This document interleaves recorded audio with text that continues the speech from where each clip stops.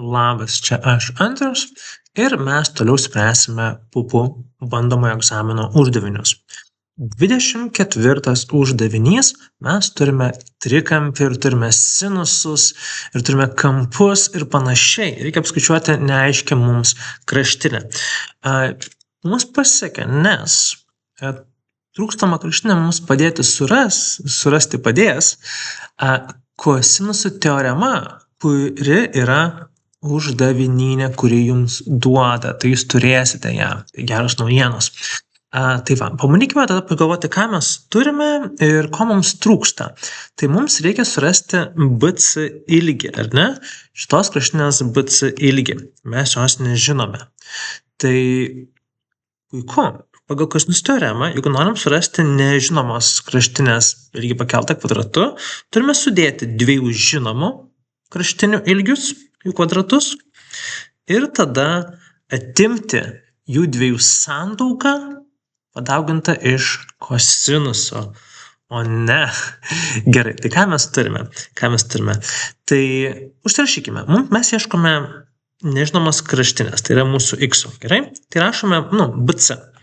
Kad mūsų kraštinė BC, tai BC kvadratu yra lygu.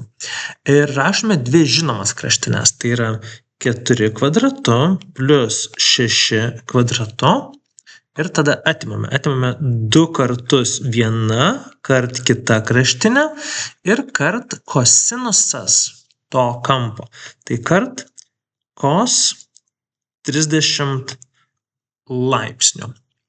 Tai mes susirašome dalykus, turbūt galim patikrinti irgi uždavinyne, kad kosinus 30 laipsnių yra šaknis iš 3 dalinti iš 2 ir gausime, kad BC kvadratu yra lygu 16 plus 36 minus, sudauginam šituos, tai čia gausime 2 kart 4 bus 8, kart 6 bus 408, kart 48, kart šaknis iš 3 iš 2. Mes čia atliekam veiksmus, šitos sudėsime savaime suprantama ir čia gausime 52 minus, čia suprastinam iš 2 bus 24, tai bus minus 24 šaknis iš 3. Ir šito vietoje mes jau galime naudoti skaičiuotuvą, atlikti veiksmus, ištraukti ir ką mes čia gausime. Žinote, iš karto ištrauksiu atsakymą. Taip, mes gausime 24 kart šaknis iš 3, mes gausime tiesiog 52 minus 41. Kaip gauname 41, mes tiesiog sudauginame. Sudauginame 24 kart šaknį iš 3. Kur mums jau skaičiuotuvas padės? Kodėl skaičiuotuvas? Nes mums prašo suapvalinti iki 100. Reiškia, mes tikrai naudosime skaičiuotuvą čionais. Ir mes atimame šituos 41,568 ir gausime tiesiog 10,432. Taigi, čionais mes turime kvadratą. Mes vis dar gauname, noriu priminti, mes čionais skaičiavome BC kvadratą. Tai mes ir gauname BC kvadratą. Tai jeigu norim gauti, pavyzdžiui, pačią kraštinę, mes traukime su mūsų skaičiuotuvu, kas be ko, šaknę ir gausime, kad BC ilgis bus apytiksliai lygu. Ištraukiam šaknį, bus 3,23. Tai va, tai vėlgi, matome šiandien ir įkėliau gražesnėm raidėm parašyti, jeigu jums yra mano raštas neįskaitomas, tikrai šiandien yra tvarkingiau suvesta. Ir taip pat aš įkėliau, jeigu norite pasižiūrėti, kaip yra oficialiai siūloma suvesti jūsų formą egzamine. Pačiam egzamine, kaip atrodo tas suvedimas. Tai va. Man kas atrodo labai juokinga, tai kad jie nedavė laipsnių ženklo, jie neturėjo laipsnių ženklo formoje, tai tiesiog 30 laipsnių parašė 30 ir pakeltą.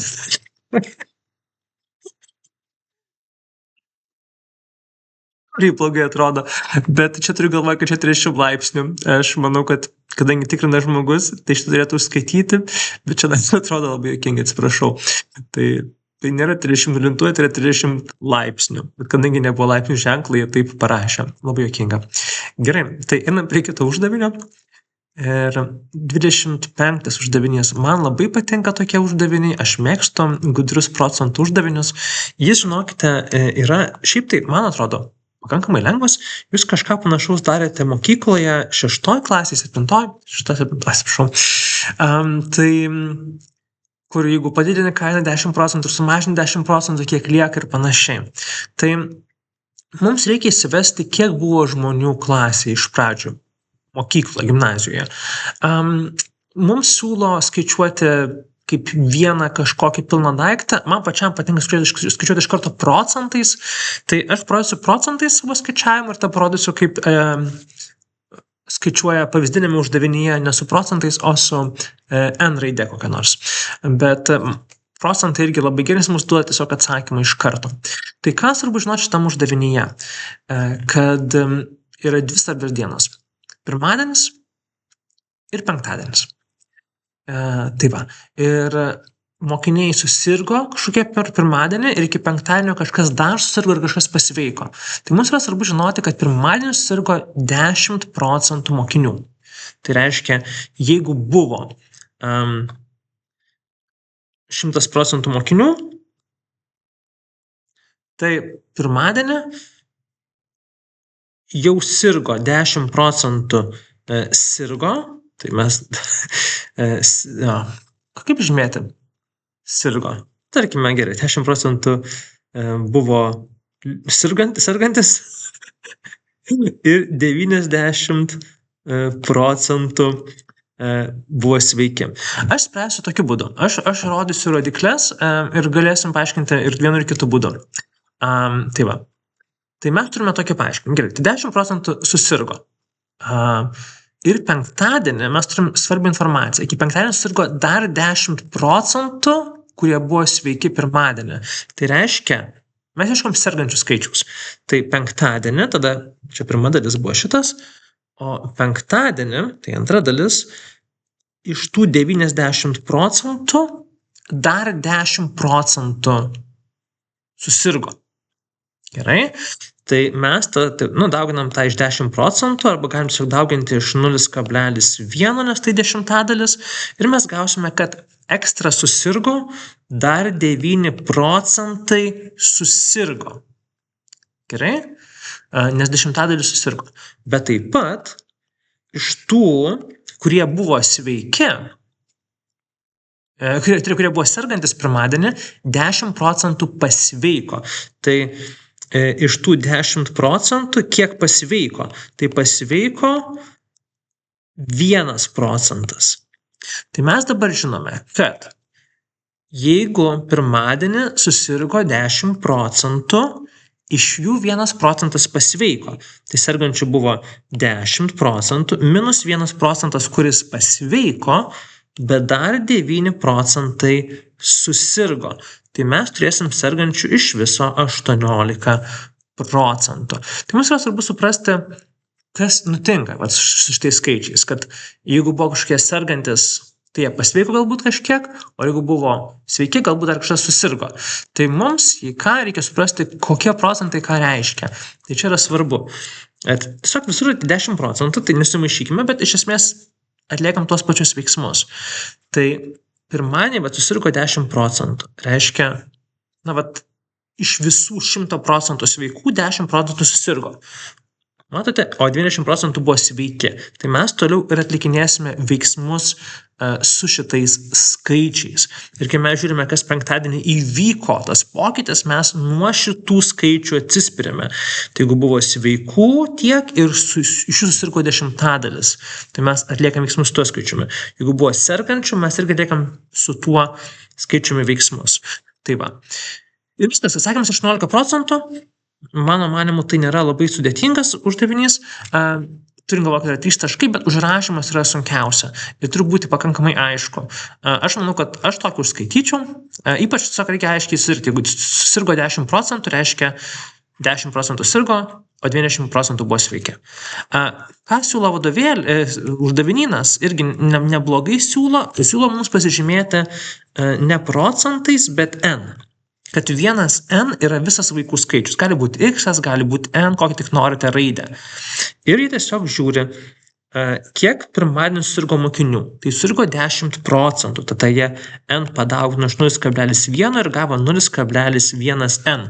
Jeigu taip parašote, jums iš karto duoda 1 tašką. Jūs gaunat 1 tašką. Galite daugiau nieko nerašyti, gausit 1.1 už tai parašę. Kas yra visai neblogai. Toliau, tai čia buvo pirma dalis. Toliau žiūrim, kas penktadienį įvyko. Tai penktadienį įvyko tas pasveikimas ir susirgimas. Tai mes žiūrime, kaip ir sakiau, nuo sveikų žmonių, kiek susirgo, ir nuo sergančių, kiek pasveiko. Ir mes vėl turime tą patį. Čianais iš sergančių atėmėm tos, kurie pasveiko, ir taip pridėjom sergančius. Ir gausime lygiai tą patį atsakymą, ir gausime 18%. Tai va. Ir paskutinis uždavinys šitam video bus šitas. Labai juokinga, šitą uždavinį davė ir aštuntokams. Aštuntokai turėjo irgi tą patį uždavinį, galbūt jie kitų būdų turėjo spręsti. Tai aš nuo ko noriu pradėti šitam uždavinyje? Mums reikia apskaičiuoti šito apibrėžto apskritimo spindulį. Esmė tame, kad mes nežinome, ar čia yra skersmuo. Jeigu čia būtų skersmuo, tai mes tikrai, būtų aišku, tai čia būtų apskaičiuojama, kad per vidurį, jeigu gausime tos skersmens ilgį, mes galėsim įrodyti. Bet kaip mes galim įrodyti, ar čionais yra vidurio linija, nes gali būti nebūtinai vidurio linija.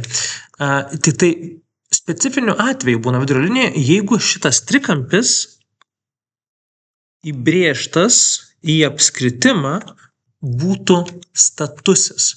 Jeigu šitas trikampis būtų statusis, tada čionais būtų vidurio linija. Ir kaip mes galim patikrinti? Mes žinome šito ir šito apskritimų spindulius. Tai reiškia, didesnio spindulys yra 3, tai reiškia čia 3 ir čia 3. Vidutinio spindulys yra 2 ir 2 ir mažiausias spindulys yra 1 ir 1. Staiga mes gaunam kažkokį trikampį, kurio kraštinės yra. Čionais yra 4, nes 3 ir 1, atsiprašau, taip, čia 4, čia bus 3, o čia 5, nes čia 3 ir 2. Ir mes patikrinkime, ar šitas trikampis yra statusis pagal atvirkštinę Pitagoro teoremą. Tai ką mes turime? Mes turime 5 kvadratu, turi būti lygu 4 kvadratu plus 3 kvadratu. Mes tą ir gausim, tikriausiai galbūt net kažkas iš karto pažįstate, kad yra garsiausias, žinomiausias Pitagoro trikampis, kad yra 25 lygu 16 plus 9, tai tikrai taip, 25 yra lygu 25. Tai mes gausim, kad tai yra statusis trikampis, valio, tai yra statusis trikampis, ir jeigu yra statusis, tai šita linija tikrai yra mūsų skersmuo. Tai jeigu čia skersmuo yra šito apskritimo skersmuo yra 5, reiškia jo spindulys bus 2,5. Tai va, tai tokie šie 3 uždaviniai, tikiuosi, kad truputį aiškiau, jei ką aš įkelsiu į nuorodą į visų mano uždavinių lentą, kur galėsite tiesiog patys pasižiūrėti ir panagrinėti ilgiau šituos uždavinius. Tikiuosi, jums tai padės ir galbūt netgi kažkiek padrąsins. Tai tiek.